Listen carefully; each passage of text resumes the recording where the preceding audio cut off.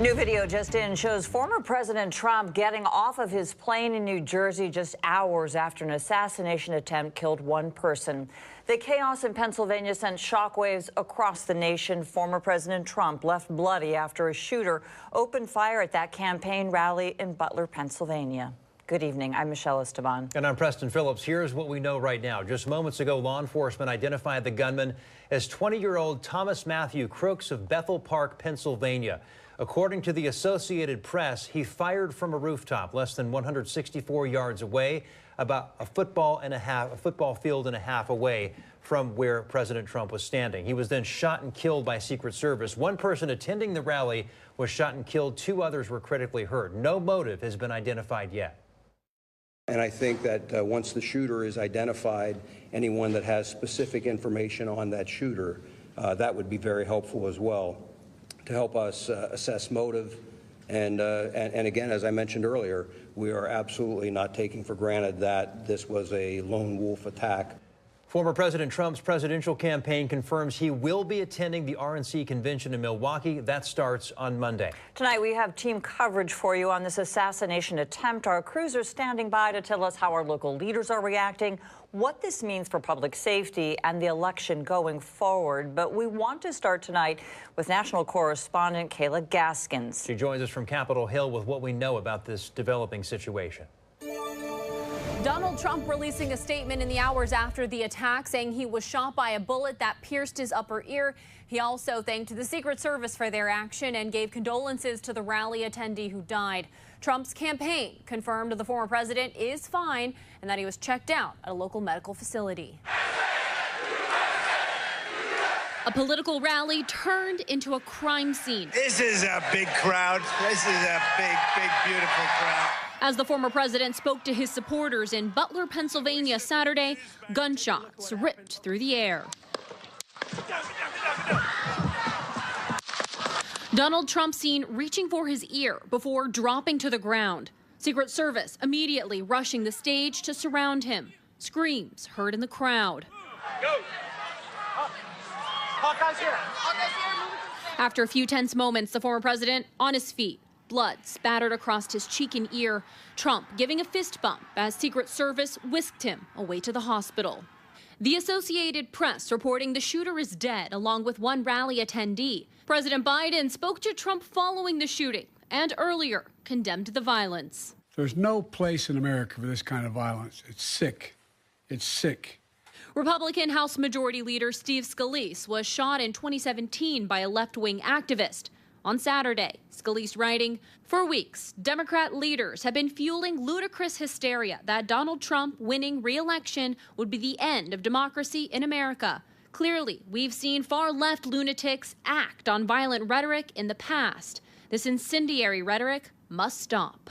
We spoke with a Trump supporter who was 6 rows from the stage. Just a sad day for America.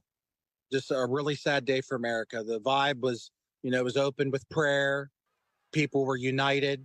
This is America. This is freedom, regardless of your politics. This rally was supposed to be a celebratory moment for Trump heading into the GOP convention in Milwaukee that starts Monday. The convention will no doubt have a very different feel with tighter security now on tap in the wake of Saturday's shooting. In Washington, I'm Kayla Gaskins. Kayla, thanks very much. No details have been released about the phone call between President Biden and Donald Trump. The president is back at the White House tonight. He will convene a briefing with Homeland Security and law enforcement officials tomorrow morning. Here in Washington state, we're getting local reaction from voters. Some are expressing that this is an eye-opener about just how divided this country is. KOMO's Karina Vargas live tonight in Seattle. Karina, what have people been telling you? Oh, Preston, people tell me that violence is never the answer, no matter one's political affiliation. Now, some tell me that they think that this will only further the country, that they will further divide the country, but others say that they hope that this might bring people together. Now, take a listen at some of their reactions. We saw it. We were actually looking at television right at the time, and it was just like shock. Absolute shock. And just... Well, pretty shocking that there's an assassination attempt on a presidential candidate. Just shocking, honestly. I never thought like that. This day and age, that something like that would happen. Now, those we talked to say that their votes are set and that this is not changing how they will be voting in November. Now, the big concern that many are having is safety at the polls, and some tell me that they hope that this will evoke a lot more security measures. For now, reporting in Seattle, Karina Vargas, KOMO News. Certainly underscoring the divisive rhetoric. Karina, thank you. There will certainly be consequences for the upcoming election cycle. Today's shooting will lead to a reassessment of political events and rallies all across the country and right here. KOMO's Paul Rivera joins us now live with what we're expecting to see in the next few days. Paul, such a concerning moment here. Yeah, and it has certainly been mentioned before, but we'll mention it again. Security certainly going to increase at these high-profile events moving forward. Tonight, we talked with someone who has worked in that field before. We're asking them also, how could something like this have happened? We're also going to hear from our political analyst about the ramifications of this moving forward. Jim Fuda now leads Crime Stoppers, but he worked for years with the King County Sheriff's Office, and at the time he was in Special Operations and a liaison for Secret Service. So what happened with the security protocols before the assassination attempt on former President Trump? Was there a way to prevent this? There are they call them counter snipers up, looking at the crowd, looking at the surrounding areas. And from what I heard on the news is that the shooter had not been up on the roof for very long, just minutes. Should he have been spotted? I don't know. I'm not going to Monday night quarterback that because I wasn't there and the investigation is nowhere near as complete. What happens now? I would think some of it's going to get a little tighter. They'll spread out a little further. There'll be other agencies, local, depending on where they go, that they'll require more assets. But it is clear a full reassessment of protocols will be happening, and work will happen here locally. Do you think the conversations within the law enforcement community have already started? Oh, absolutely. What would they be talking about? What happens if this happens here? Same thing what happened in 9/11, and agencies from all over the United States went to New York to see what happened and see how their area could do it better. We also talked with KOMO political analyst Ron Dotzauer. What's your final message to voters, to Americans, in what is a very difficult day? Continue as best you can to stay engaged, okay? We have to show people around the world that this is not acceptable behavior in this country or anywhere else. And we can show that by participating.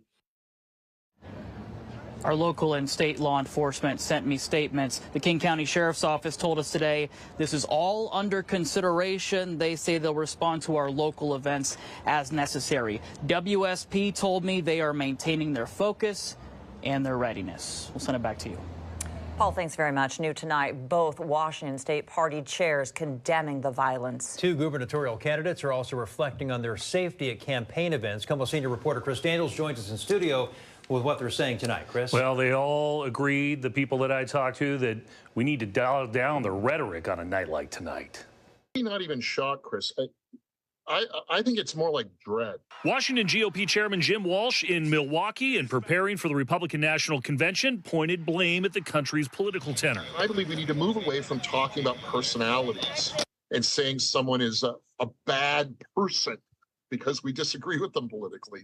And we need to focus on the policies that elected officials advocate. I'm just sort of disappointed and sad that this is happening in our great country. Republican gubernatorial candidate Dave Reichert speaking via Zoom before a campaign event. My head is always on a swivel. My staff is always watching. He raised questions about the security at the Trump rally and said he had a close call during his time in Congress. I think that what we need to do is get back to respecting each other's opinion, being able to understand that we have the right to express those opinions and respect each other. I don't choose to talk much about sort of threats that I receive or my family receives. That's just sort of a personal choice. But my kids are very aware, of the situation, and that's a very unfortunate side of politics. Democrat Bob Ferguson is also running for governor. I know that on the campaign trail, you've talked about protecting Washington State from a potential Trump presidency. Do you think now about words and political rhetoric as we move forward? Well, I don't just think about them now after sort of a cowardly attack. During my time as Attorney General and Donald Trump was president, we settled our disagreements in a courtroom, which I think is the right way to do it. It was legal briefs. Walsh said plans were canceled tonight in Milwaukee, but that everything is still a go for the start of the RNC on Monday. Washington State Democratic Party Chair Shasti Conrad tweeted that the state Democrats, quote, condemn political violence in the strongest of terms. Violence has no place in our democracy. Back to you.